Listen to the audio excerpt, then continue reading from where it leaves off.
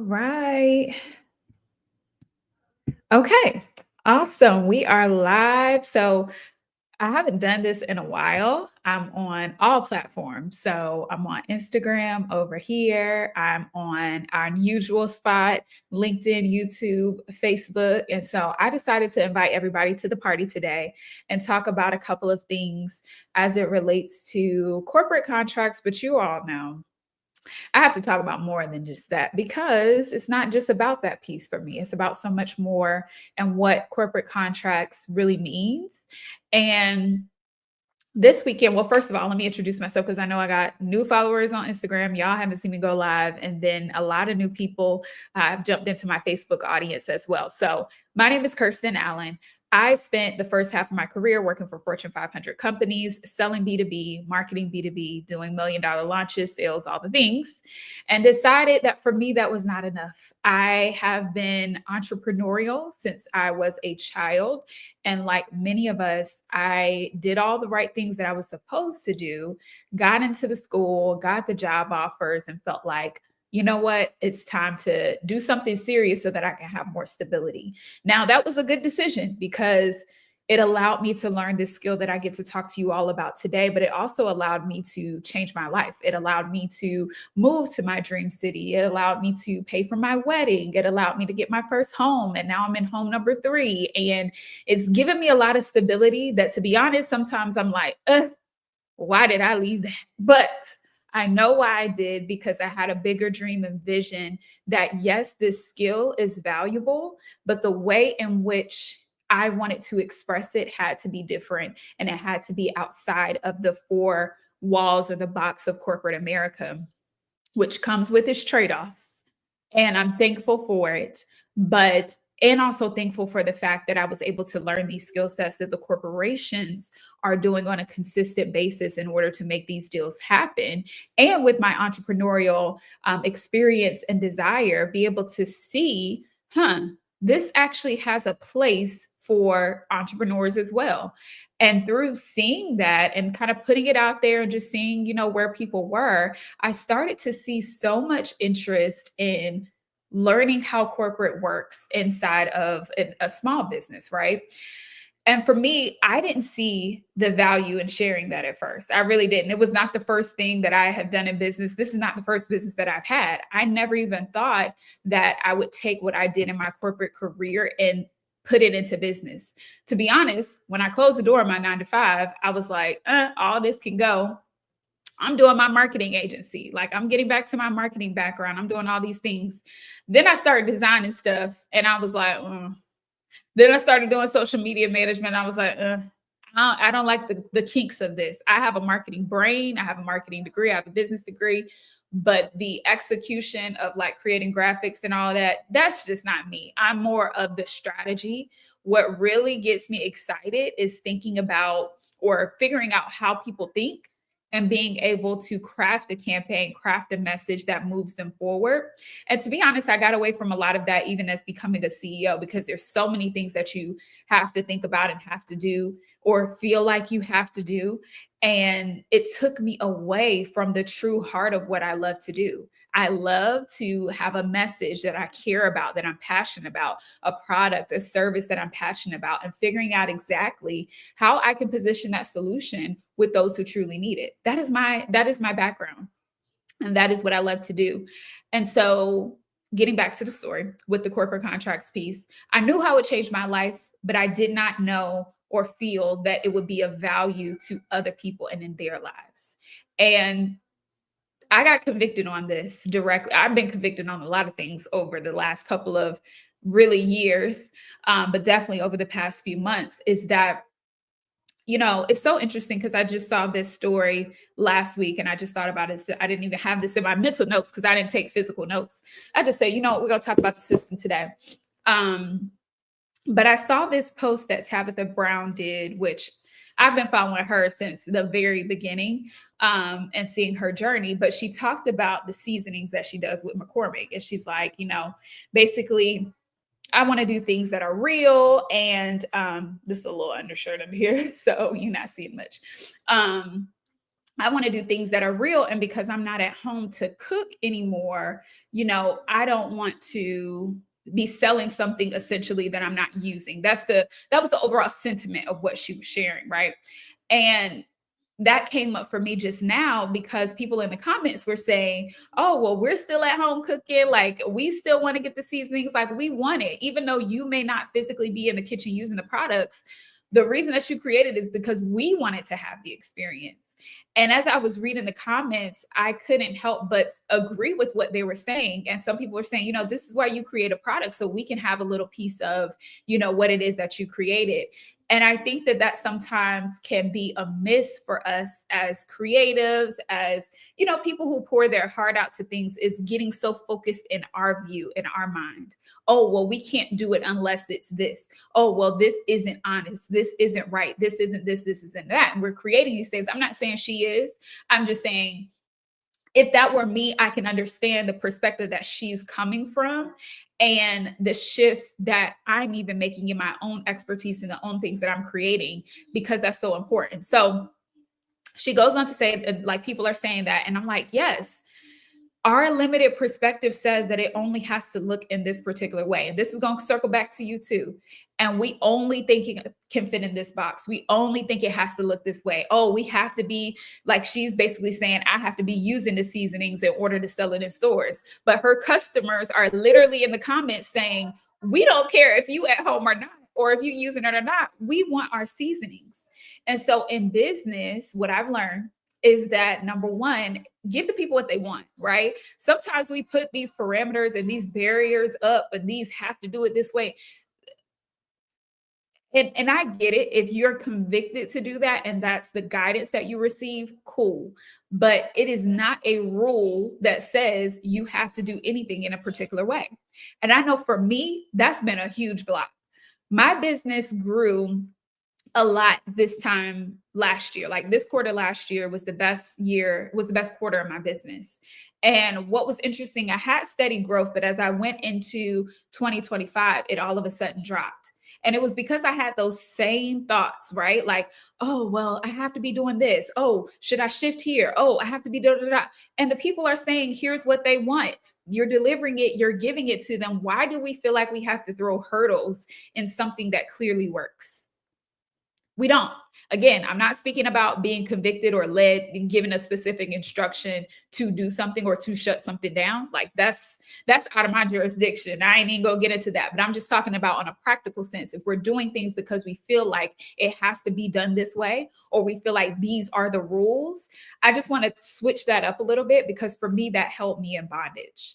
And is the reason why I'm now working on rebuilding, because I actually allowed myself to unravel because I felt like it needed to be a certain way, because I felt like, oh, does this still fit? Oh, should I be doing more corporate stuff over here? And even at one point, I got into my mind of like, well, let me just stop doing the individual stuff and let me just strictly focus on doing my own corporate work, because I don't know if anybody values this. I don't know if anybody sees, the value in this more than just wanting to get freebies and stuff like that. But do people actually see the value of implementing and taking action with this? And because I didn't feel like I saw that enough, I was saying, well, maybe I should not do this.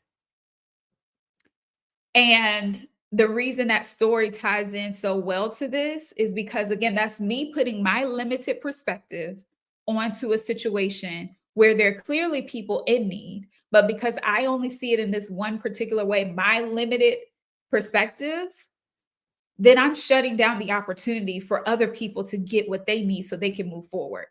Because I knew from the beginning that this knowledge was not just for me to go and do it. It was to share it. It was to advise. It was to coach. It was to give strategy to the people who can actually do something with it. I knew that. But sometimes the limited perspective can shut things down. And so even in the beginning of this journey, I almost let that happen to me. I almost let that happen to where, you get a few setbacks, or you get a few things that don't happen the way you want it to, and you think, should I even be doing this? But can I tell you something, that even as I'm rebuilding, the one thing that I'm remembering now is that if I had said no, then over, I don't even know probably how many people it is now that have purchased my book, but I was shocked to even see that 60 people purchased my book, right?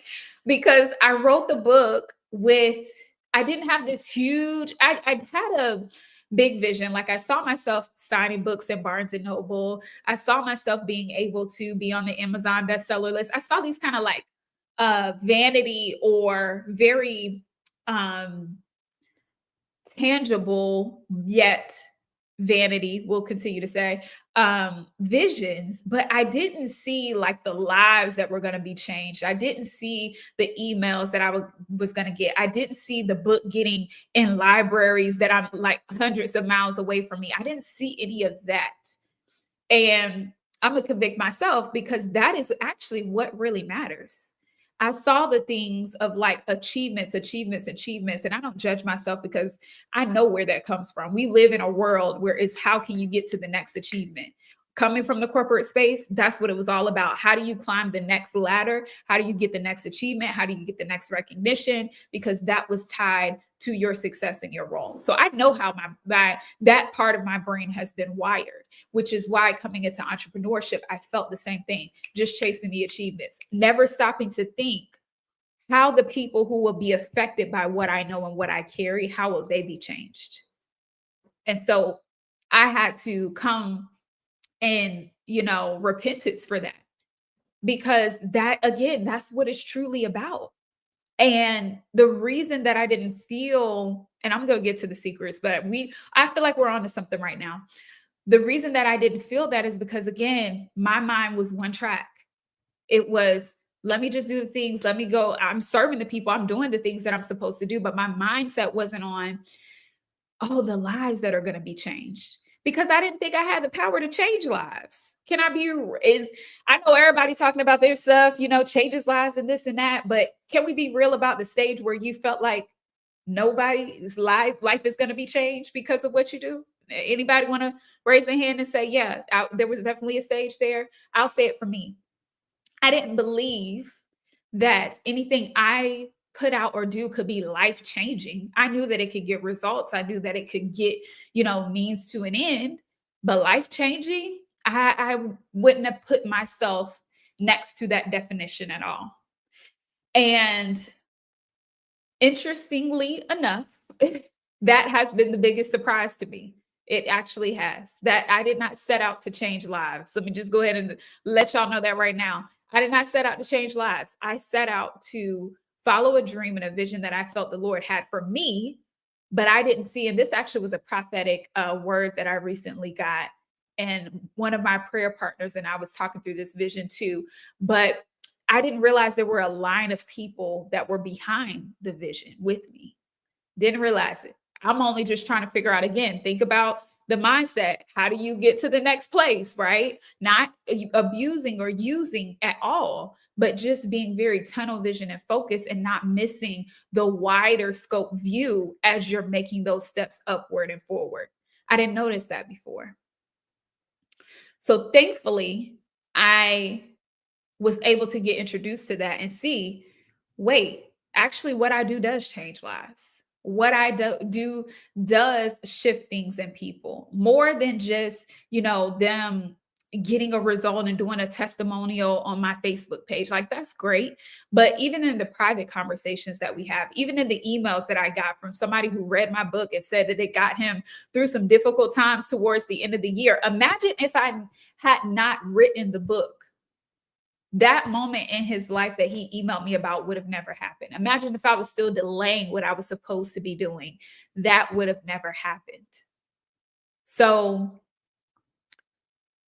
I'm still wrapping my mind around it. If you can see, I'm still trying to rationalize and make sense of what is happening when you really step into what you're called to do versus what you feel that you are equipped to do. Like what knowledge is at your hands versus what knowledge resides inside of you, which is a big thing. So when it comes to my corporate contract system, I think the first piece of recognition for me, looking back and even looking at what I'm dealing with now, is that the first part is owning not just your expertise, but the power that you have behind it. And many of y'all may already be there. So if you like, I'm already there, I already get it, cool. I'm just speaking from my personal experience, owning the value of what you carry in the corporate space. We'll talk about that in particular because I know many of you, maybe you own your value in what you do in other spaces and all of that. And you may feel whatever ways that you feel about corporate. Oftentimes I hear people saying, well, it's a new space. I don't know how to navigate it, da, da, da. But that power is still there. So that was first for me in recognizing that. But then even kind of just going back to the story about Tabitha is listen to what the people are saying they already want. Like I said before, even for me, like we're trying to shut things down or slow things down. And it's like, no, they still want this. It's for them. It is not for me. This is not for me to feel good. This is not my dopamine hit. This is not my and I don't, you know what? We're gonna retract that because that's one of the words that everybody's using right now. This is not my fix to give me the worthiness or to give me the need and desire that I have to be wanted or to be you, like none of that. What I do is for the people that I serve. So as long as I'm being authentic and integrity and doing the things that I say that I'm going to do, no other rules really matter. Like at the end of the day, nothing else matters. If I'm doing the right things, putting it into a box that makes sense for everybody else really does not mean anything. So I had to tell that first to just one out myself on what I'm growing through, what I'm learning, how I'm stepping into the power that I have, not just from brain knowledge, which I just got my whole life together today on that and how being intellectual sometimes can be used as a weapon against you because of overthinking, because of doing things like putting barriers and blocks in front of something that really shouldn't have any barriers or blocks that you should just go and run with because clearly it's breaking chains. Clearly it's causing people to shift the way they think, shift the way they act, even in the smallest ways, even if it's just one person. Keep showing up. Kirsten, keep showing up, whoever's listening to this, because the need, the desire, the life changing is there. So let me get into the piece because I know I've been talking for a while now about this whole revelation, but I think it's important for me to share with you all that yes, this is about strategy and corporate contracts and all the things. Hold on one second.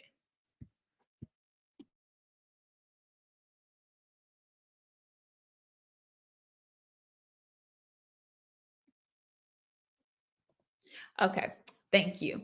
Um, so let's get into the strategy because again, yes, it's about that, but it's also about I want you all to know why this is so important to me, why even through my own journey of navigating this, like what I'm moving through in order to deliver the things that I feel that I'm called to do. So I believe that if you're listening to this, if you're connected with me, you feel led or you feel called, whatever word you want to use, to the corporate space. And I think it's important as moving into any new space to get connected to the why and also get connected to the power that is greater than you.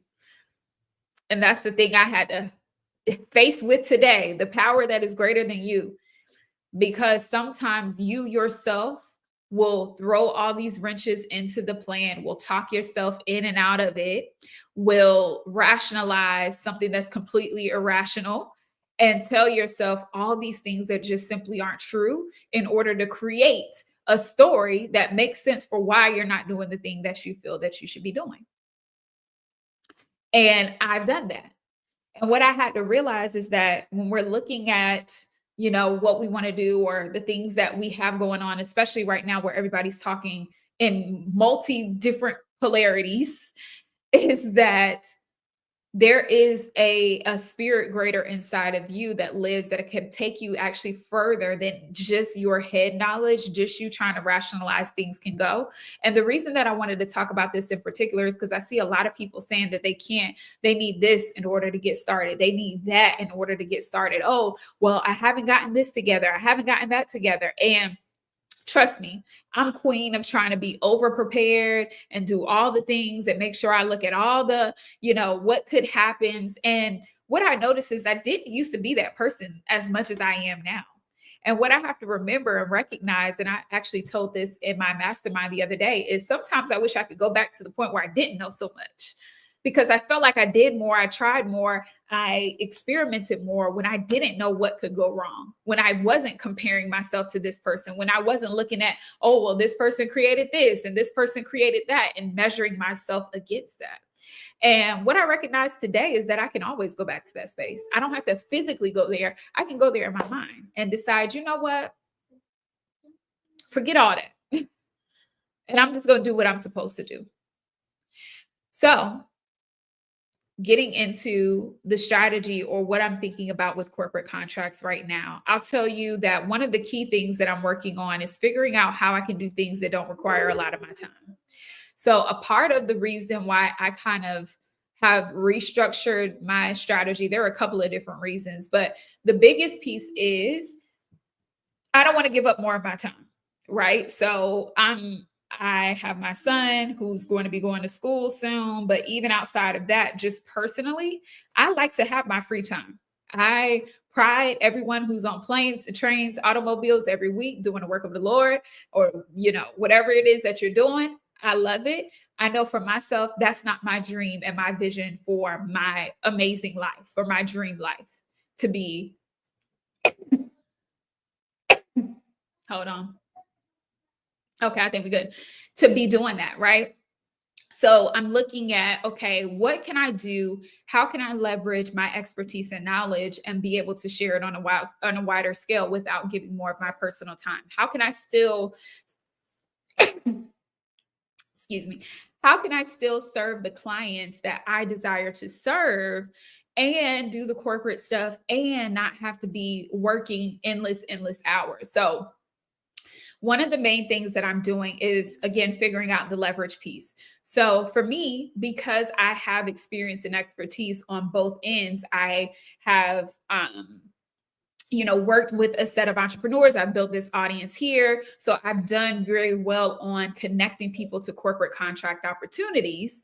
Now, and through that, I have also built connections on the corporate side. So I have like supplier diversity folks and, HR managers, those type of people in my network, just from events that I've gone to, from connections that I've made, from research that I've done on behalf of serving my clients better. So one of the words that was given to me a long time ago, and I actually had it written on my board, was that I'm the bridge or conduit between big entrepreneur, not entrepreneur, enterprise level businesses and small businesses. And so they need y'all need them, and y'all just need to figure out how to talk better. And for me, I know that I'm meant to be that person to create that conversation and to create those connections. So I'm like, cool, that's my corporate offer. Right? How do I go into these companies, look at their supplier diversity programs, look at their efforts and how they're connecting with small businesses, and just show them how to do it better? I don't have to show up. I don't have to do all these different things that require my time. I could really just stay in my particular zone of genius, which is strategy, which is ideation, which is looking at what you already have going and showing you how you can do it better, which is, I'm hearing y'all saying this over and over again, that you can't find the right people, that people aren't prepared, that they don't have the scale, all of these things. And then I hear y'all saying, well, where do we find the people? What do we say? What do the emails need to be? What do the offers need to be? And I'm like, okay, we just need to get y'all together. And so I've been kind of the more so on the entrepreneur side, like the sounding board out to get information. But what I really want to do is be and I just thought about what is it? I guess it's in science.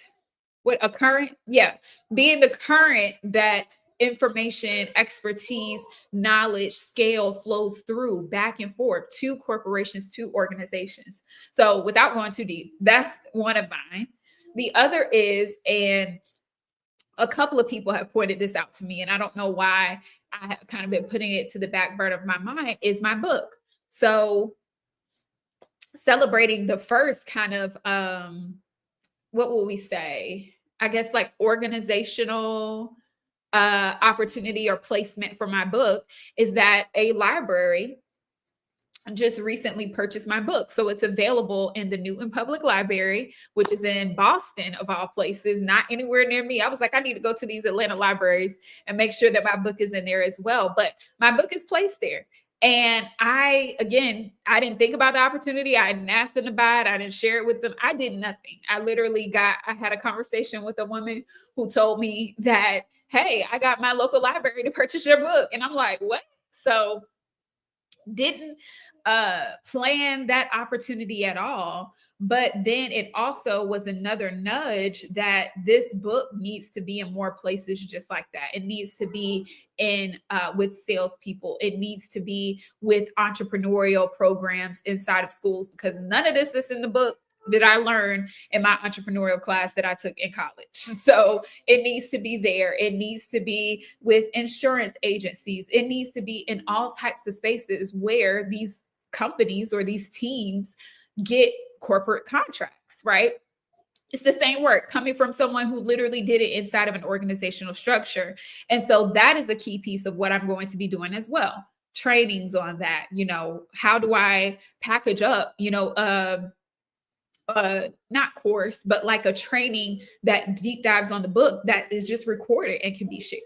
So things like that is what I'm personally thinking about right now. Now, my clients, they have time to travel. They have time to go and do workshops and all these things. Some of them do. And they also want to look at courses and things like that as well. So what I find to be the easiest for people that have the bandwidth is go and do a workshop and go and do a talk and get paid for it, right? The same things that we're doing online, put those things into a talk and go and position yourself for those opportunities. So that's a key piece that's important, again, to those who I serve, especially as they're getting started. But my system in terms of getting opportunities has remained the same. So let me walk you through a couple of instances of this. So let's talk through the first one that came to my mind is my university sprint, because universities are one of the easiest contracts to get. I've said this a couple of times and I'm going to keep saying it, is that if you're looking to get like low hanging fruit opportunities, you're in leadership, you're in personal development, you know how to connect with students, universities is going to be super, super easy to get into. So this is what I did.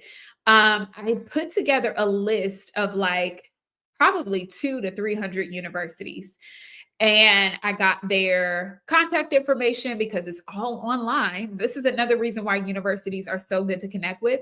All the information is online, phone numbers, emails, everything. Like it's open for you to be able to contact them. You don't have to figure out who, what, when, where.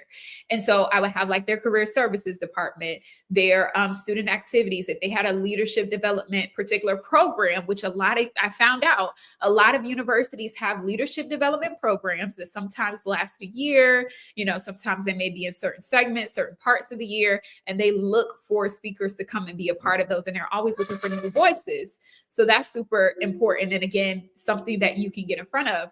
So put together this list of universities with their email addresses, and then I sent out a campaign. So my campaigns, email wise, so this is email campaigns, and these are cold people that I did not know. So I know cold kind of scares people and y'all get up in arms about it.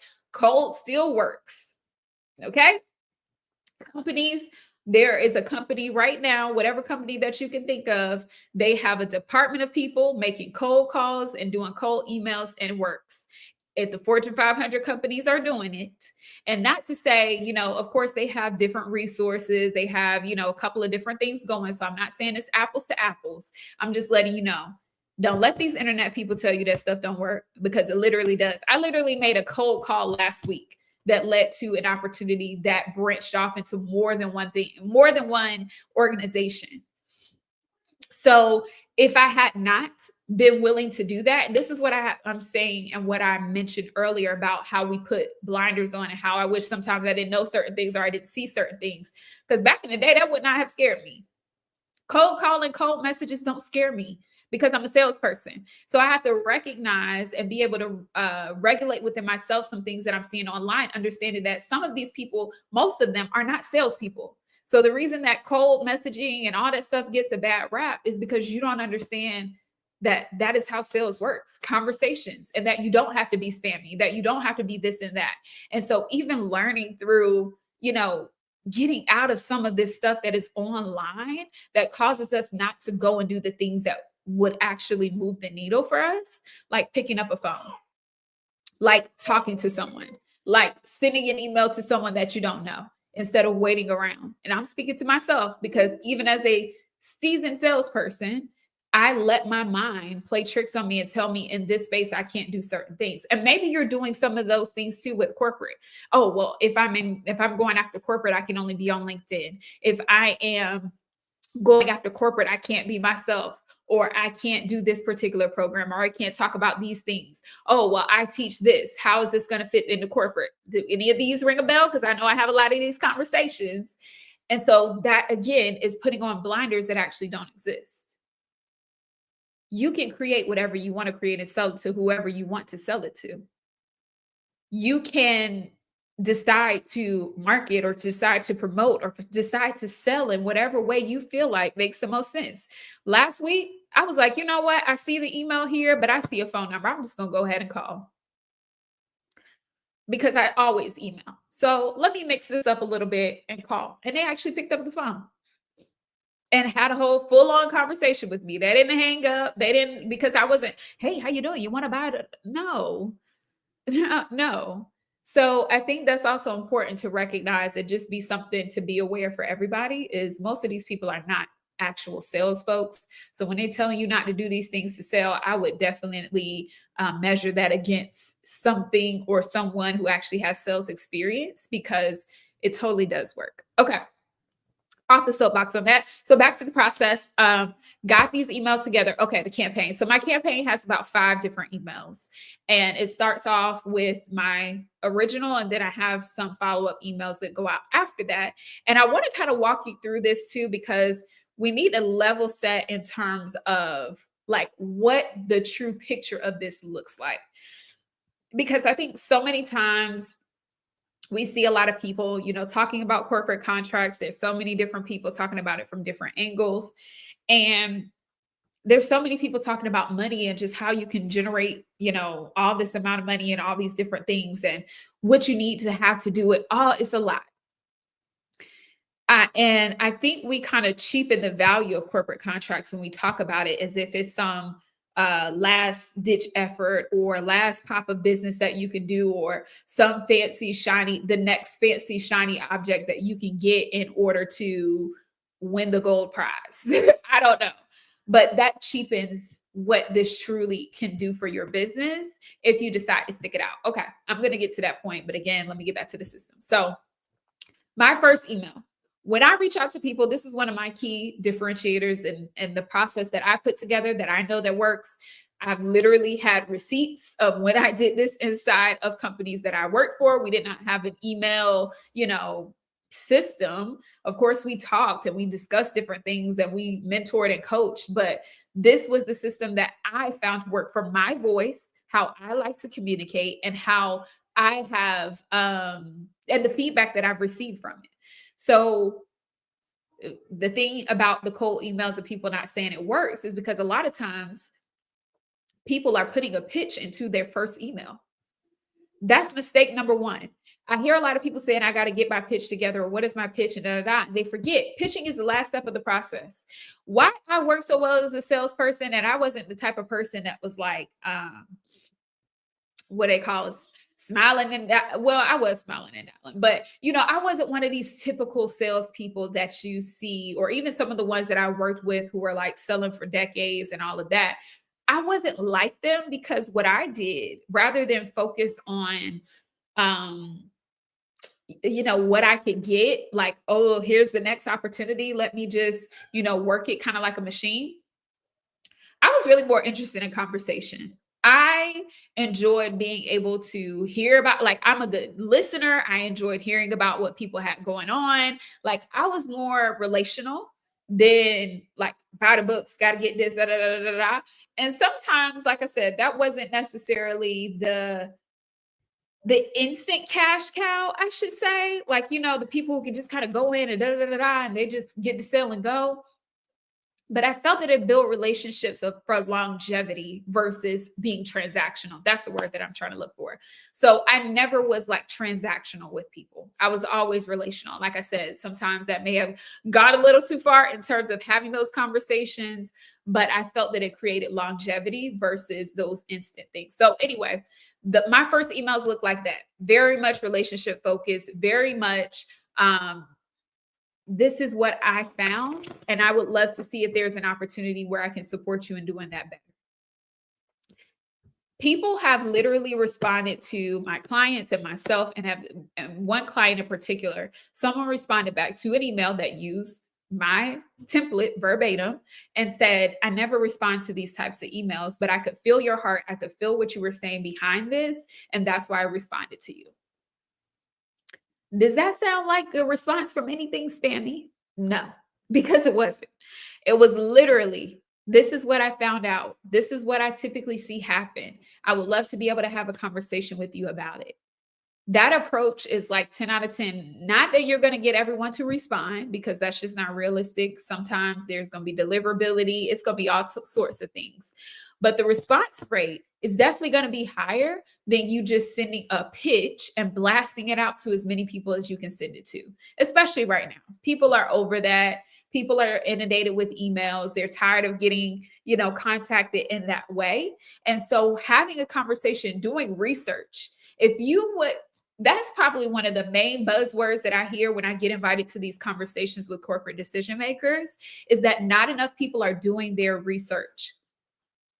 So there is still room for the people who don't mind getting a little elbow grease in, who don't mind sending an email and actually taking 5 minutes to look through and see how this could actually be relevant, to taking 10 minutes and looking through an opportunity and making sure you catch every piece so that you can respond thoughtfully. So many people, number one, aren't even showing up to do that, right? So many people are letting opportunities just pass their desk, not even going after them first. And then the second one is they're not coming prepared. For the small percentage of people that actually do go after the opportunities that come across their desk, or that could come across their desk if they put a little effort out there, those people are few and far in between. And then there becomes the question about scale or completeness or all these different things that could have easily been addressed. Okay. I keep going off in different directions. Coming back to the emails. So that's the first email that I sent, right? So typically when I was doing this particular campaign, I would actually get some responses same day, because I was sending like 25 a day, right? And again, these were customized messages. So these weren't copy paste, hey, come by my thing type of thing. No, these were specific to the organization, to the school that I was looking at. And I was sending about 25 a day. And I was doing this as I was working my 9 to 5, by the way. So I found the time. My second half of the emails would be follow-up. So just like one line, hey, did you get this? Hey, I found this article or something that could also be relevant to you. Some things to just keep them engaged, not just checking in, or some might have used that language in the beginning, but it always was something to kind of like bump up the conversation and to add more value, whether that was an event, whether that was a LinkedIn article that I posted, or some interesting data that I found that might be relevant to their role. Like something like that will always be a part of it, so that I could be able to, again, not just put my email back up, but also put my value up in their mind of like, no, this girl isn't just sending things. She's actually trying to add value to me. So yes, I might respond. Okay. So anyway, I said I would get a handful of responses same day, but I would say a lot of them, and I wish I had the percentages in front of me, some would be same day, and then a good percentage, we'll just say that, would be in the third or even fourth email, right? So the fourth follow-up, people would come back and be like, yes, I would love to have a conversation. So my call to action would always be, would you be open to having a conversation about how we could work together, about how I can support you in X, about this, whatever the case may be that you offer, right? So for me, would you be open to having a conversation about how we can support your students? Something as simple as that. So people will respond back, yes, I'd be open to having a conversation. And I booked quite a few calls from that. just from sending out those emails for people who are actually looking to speak with me. So I think that's important too, finding the right people. Because if I would have reached out to the dean or something like that, may it would have worked depending on the size of the university. Quiet, please. But I specifically in this particular campaign reached out to student activities, to people who had leadership development programs, all those that I talked about in the beginning. Doing that allowed me to get in front of them, and they were more open to having conversations. So when they booked the conversation, and mind you, I want to also level set this, I did not have an offer. So I did see some people saying, I got to get my offer in. Da, da, da. I did not have an offer when I reached out to these people. I did not have offers when I did my campaign, when I did my outreach. I did not have any offers. I didn't have anything dialed in. I did none of that. So mistake number 2, I don't know, we're probably on a bunch of mistakes by now, is thinking that you need to have an offer in order to start pitching, which is not, we're still on the outreach part, but to start your outreach, that you need to have an offer. I don't know who told y'all that. No. And even in my, so I've said that, like, in order to work in certain programs, you need to have something, or I'll use the language offer. But when I say offer for me, and let me just clarify what I mean, I don't mean that you need to have a workshop put together, slides, this and that. I just need you to know, like, what is the expertise that you have? So if I come and sit with you, right, and say, you're saying, I want to work with corporate. Okay, what exactly do you do? So I talk to a lot of people, and I'll just kind of throw out a few that I hear. I do marketing, I do accounting. I'm trying to think of some recent people that I've spoken with. I do, like, what would you call this? Maybe wellness consulting. That's what I would call it. But she does, trainings or teachings or teaching people how to eat healthier and stuff like that. I do speaker training. I do whatever the case may be, right? So I need to know your offer is you. That's a post right there. Your offer is you. So do you know what you yourself can offer to these organizations?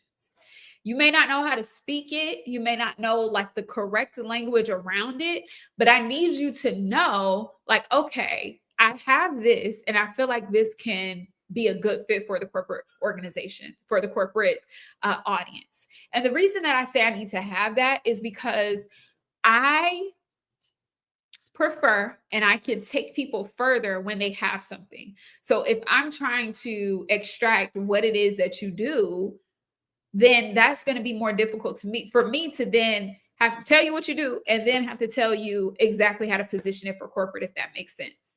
All you need to know is know what you have to offer. That's my whole point. You don't have to have the understanding of how it fits into corporate yet. That's the point of working with somebody who understands how to translate that. If you've done a corporate offer before, even better, which I do like to work with people for specific offers that have worked with corporations before, because again, that can help us move faster. You already understand what type of things these people look for. You've gotten some responses, like you have some understanding. So that way we can take what you have and amplify it. We want quick results. We got to start at a certain place in order to be able to get quick results. We can't get quick results at the dirt ground bottom.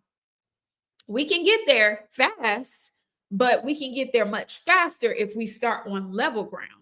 And so that's where in certain offers and certain programs and certain things, it's important to start with certain pieces in place so that you can be able to move forward. That's a little win for everybody. And thinking about just different, things that you're doing. Understand where you're starting from in particular, because no amount of magic in the world can make a seed turn into a tree that's standing outside in front of my house right now overnight.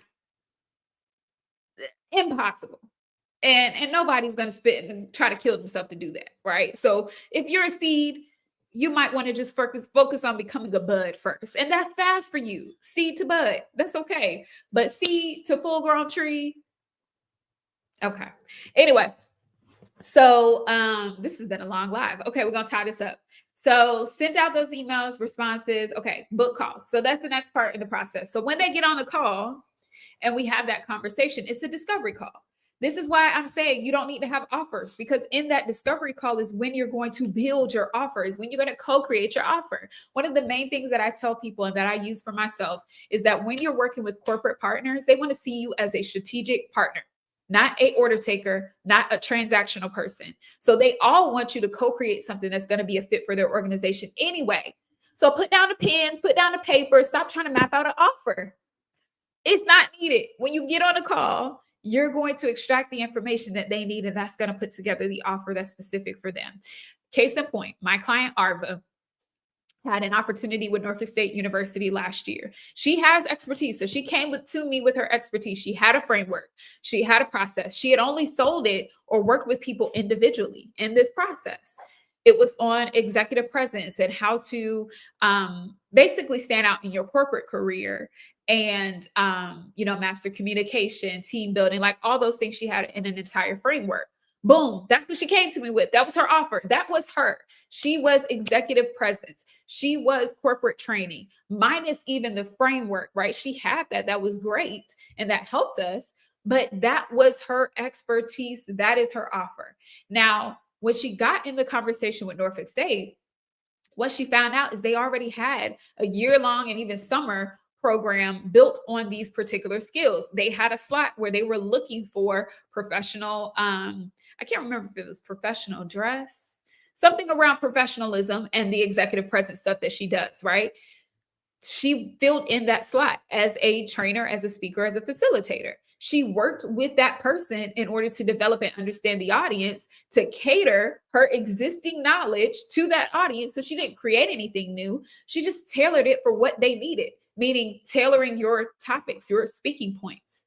How many of us can take the thing that we know in our head, get some information, and be able to apply it to an audience specifically? Many of us could probably do that very easily. That's the offer. But what I'm saying is it was created in a conversation, not on paper, not still thinking, not trying to figure out how to do it. It was in conversation, which is why I implore my people, especially those who are in my Get Corporate Clients Now program, is to have conversations as quickly as possible. We don't spend hours, days, weeks trying to figure out an offer. When people come in, what I did with this first round, I did onboarding one-to-one calls with them in order to dial in what their messaging was and what they could be potentially offering, putting together their system, their capability statement. All of that stuff was very ready to go from the beginning. Now what we're doing for those who have came in that round is just strictly focusing on outreach. Like that's literally all we do. Sometimes I'm like, oh, should I add a little bit more? What should I be doing? Me, again, getting in the way of the process, trying to make it more than what it needs to be, when I know all you need to focus on is conversation. That's all. You don't need to focus on thinking. You don't need to focus on nothing. And I know sometimes it's hard for us, and I know sometimes it's hard for my people too, to just stick to the process. No matter how boring it may seem, it's simple for a reason. I share it for a reason. It works for a reason, because the conversations is what makes it happen. The phone call I made last week is what makes things happen, not trying to figure out what to post on social media, trying to figure out what to post on LinkedIn. That stuff is great. We talk about that. We do that. But when it comes to really moving the needle, it's doing the consistent outreach. It's building out a pipeline where you have several opportunities that can close throughout the year. I don't see too many people talking about that. I see them talking about low-hanging fruit deals, and I've talked about low-hanging fruit deals because I felt like, everybody, they're just trying to get these quick wins. But no, yes. And what about having a whole pipeline of opportunities that could close at different stages throughout the entire year that you've worked? Yes, it might take some time, but think about the upside in it.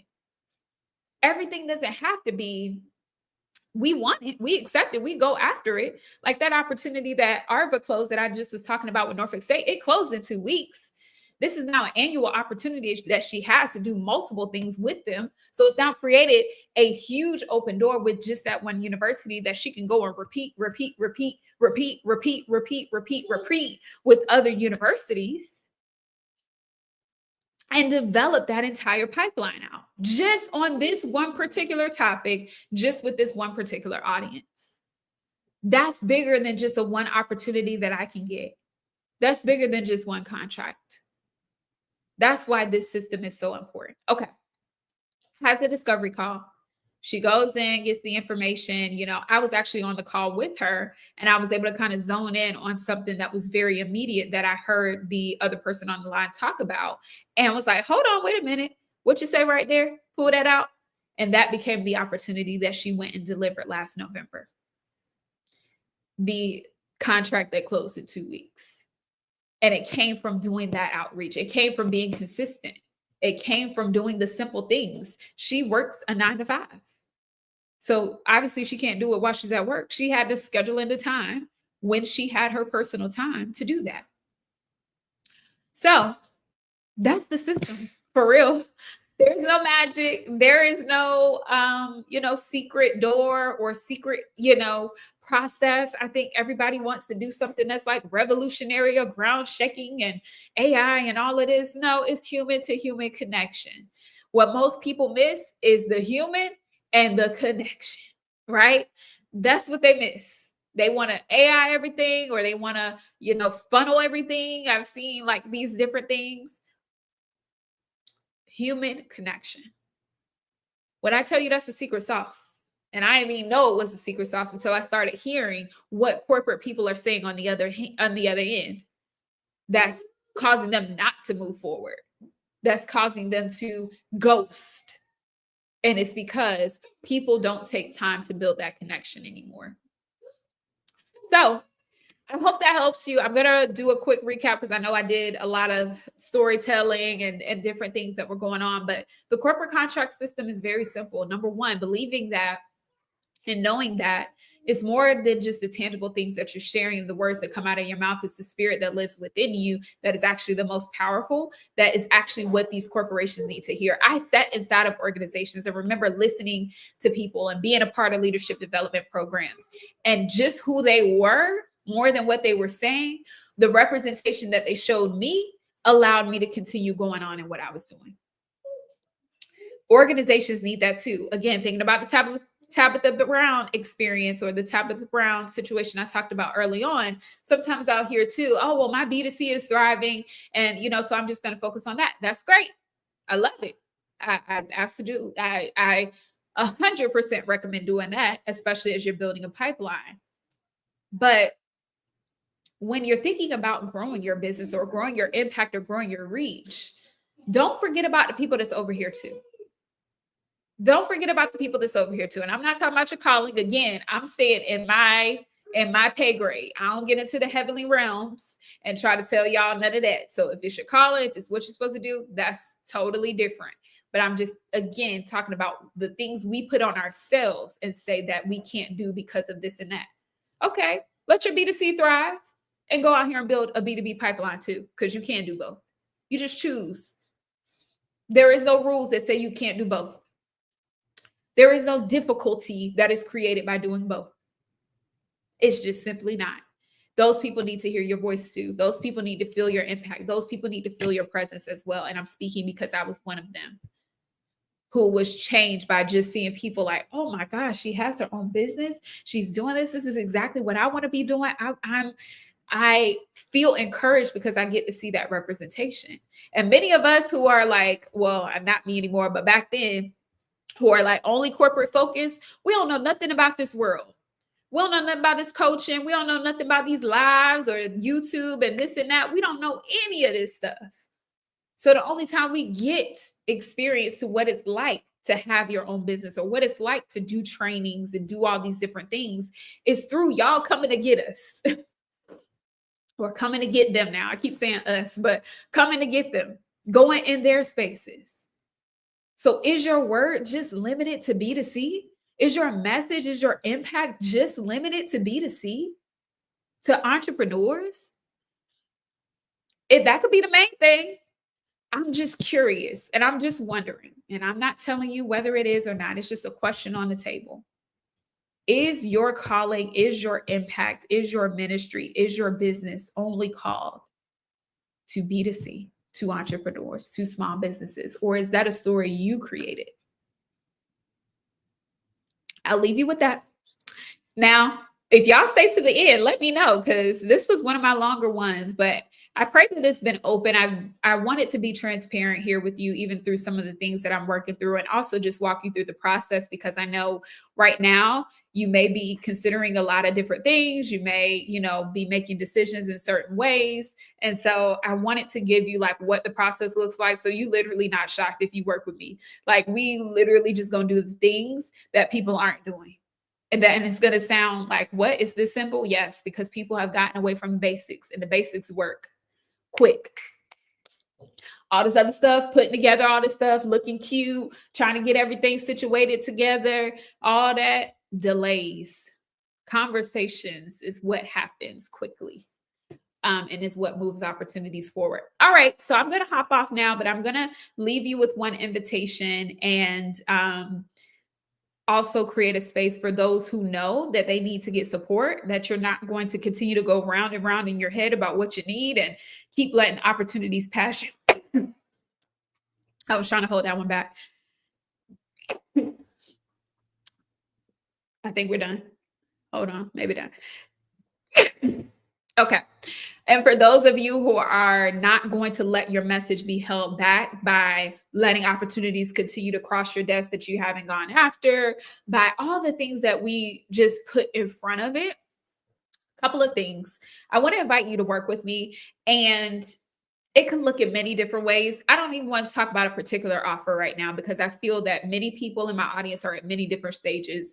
You may be a person who's like, hey, I need a team to take care of this for me because I'm already at a certain level of business. I know what these opportunities look like. I really just need somebody to kind of take this. If I get an opportunity, I need to be able to send it to somebody to put it together for me and get it out there. We do those things all the way down to the person who's like, I just need to figure out how to take the first step. We have opportunities of how you could work with us to do that as well. So wherever you fall, I want to invite you to DM me the letters WWK for the link for a call to discuss working with me. Now, this doesn't have to look like one particular way. As I just mentioned, there's many different people on the spectrum and many different things that we offer. It's not just group, it's one-on-one. There's done for you. There's VIP days. There's all sorts of things. I want to help you find out what may be the best suit for you, even if it's not working with me. Yep. I'll have a conversation with you, even if working with me is not a good fit. I'm not too in my ego to do that because I want you to find what is the good fit for you. Sometimes I've told people it's good for you to go ahead and get your B2C side going first and then think about this because you do need time to build a pipeline. There are going to be some quick opportunities, but you're going to need to build a pipeline and you're going to need to take some time to get that outreach under your belt. So my integrity and my commitment to you is going to be to share with you what that could look like, whether that is a resource, whether that's someone else who could help you better, a strategy, or me just telling you, I don't think it's the right time, right? Or if it is, letting you know the different ways in which we can support you in this particular season with your immediate problem, with your immediate challenge, with your immediate opportunity, and help move you forward there. Okay? So DM me the letters WWK for more information on how you can work with me and my team. We'd be happy to support you in this season or direct you in the right path. All right. Until next time, I will chat with y'all later.